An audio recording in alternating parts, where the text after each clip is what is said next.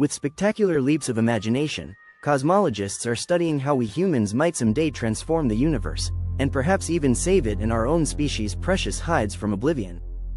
In fact, the frontier questions in cosmology today include, on the grandest scales of time and space, does life have an important role to play in the evolution of the universe, or are we merely along for the ride?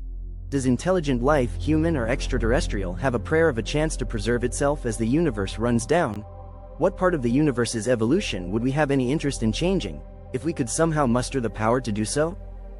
Physicist Freeman Dyson in 1979 was among the first to answer. It is impossible to calculate in detail the long-range future of the universe without including the effects of life and intelligence, he asserted. Life arguably already has begun to transform the cosmos, and it arose barely 4 billion years ago, according to best evidence. Earth's biosphere, that thin shell of air, soil and ocean, already appears to be fully controlled by life. The reason the planet possesses an oxygenous atmosphere is the exhalations of countless plants and microorganisms. Life has visibly reworked the surface of the world. By some scientific accounts, life appears to be acting on a global scale as a single giant organism, regulating internal temperatures and chemical concentrations much as do individual beings. So on one world we have a definite analogy to what might happen over trillions of years on an interstellar or even intergalactic scale. Life altering its environment far beyond the locale of individuals. Humans, fresh from conquering the air with wings less than a century ago, now lay tentative claim to much of the solar system. If our civilization does not self-destruct or turn dangerously inward, it seems that nothing will prevent the colonization of the sun's planets, space, moons and asteroids. Within several hundred years, perhaps far sooner, people may live on dozens of distant worlds, some of which may be changed forever by human design. Realistic plans are already being made to terraform Mars, to remake it in the image of Earth by gradually changing its climate and atmosphere. Even hellish Venus may submit to human desires for clement worlds. Among theoreticians, astroengineering on the scale of a whole planet has been discussed for so long it is almost passé. Freeman Dyson suggested years ago that a civilization might actually disassemble the planets of its childhood and construct a spherical network of orbiting structures completely enclosing its star. Within this Dyson sphere, the interplanetary civilization could capture nearly the total energy output of its sun. Dyson even proposed that astronomers seek evidence of extraterrestrial civilizations from the infrared radiation that would necessarily be emitted by such stellar envelopes. Unfortunately, even our sun won't shine benignly forever. It has been fusing its hydrogen into helium for nearly 5 billion years, providing energy for earthly life for much of that time.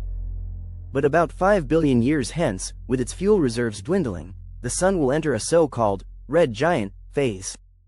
Its bloated body will extend beyond the orbit of Earth. No matter how good our engineering, that probably will be the high watermark for the intelligence remaining in the solar system. If by then it has not already done so, life may have to abandon its now malevolent home. Reorganizing the universe, it is impossible to project what our civilization might be like billions of years in the future. In fact, at current rates of change, life may be altered more between now and only 1,000 years hence than it was altered in the 5,000-year span between ancient Egypt and modern civilization. But it is distinctly possible that we will deliberately engineer biological changes in humans and achieve physical symbiosis with compact forms of electronic artificial intelligence. These trends are already underway, increasing reliance on computers and biotechnology, and perhaps one day will culminate in a form of biological immortality or the abandonment of biology altogether. Perhaps our psyches will eventually comfortably inhabit non-biological machines. If the thought is discomfiting, try to imagine these progeny as loving children, who are as much, and more, products of ourselves as our own genetically endowed offspring. Biological and cultural changes are arguably more difficult to foresee than the physical expansion of civilization into interstellar space. The distances between individual stars are humbling, typically 250,000 times the 93 million miles from Earth to the Sun. But there are many ways we know already to cross the gulf, even constrained by the seeming impassable barrier of the speed of light. Engineers and physicists have worked for years planning the technology of interstellar travel. Probably in the next century, and certainly within 200 years, robotic probes will make journeys to the nearest stars. These craft may make the trip only in decades, rather than the millennia our present slow boats would consume. Peopled missions to the stars will be far more costly, but when sufficient motivation has developed, perhaps combined with extended lifespan, human beings will venture to worlds around other stars. This leads to a vision of our own civilization expanding in a wave of colonization, each stellar outpost giving rise to more remote ones, and by geometric progression eventually encompassing billions of solar systems in the Milky Way galaxy. The transformation from an interplanetary to an interstellar civilization has been calculated to be possible in far less than 1 billion years, a mere eye blink in the perhaps trillions of years of cosmic time yet to pass. This supposition has led to heated debates about why we don't see extraterrestrials crawling all over the place.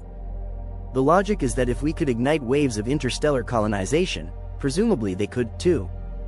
One answer to this argument is that we may simply not be aware of the way other life forms are altering the universe. It's possible that we simply aren't aware yet that we lie in the midst of a galactic communications net that traffics in artifacts as well as invisible electromagnetic messages. When we gaze at the heavens, we don't see any remarkable patterns of stars that spell out, "Eat at Joe's," nor the slightest sign that extraterrestrials are zipping around remaking the cosmos for their own needs.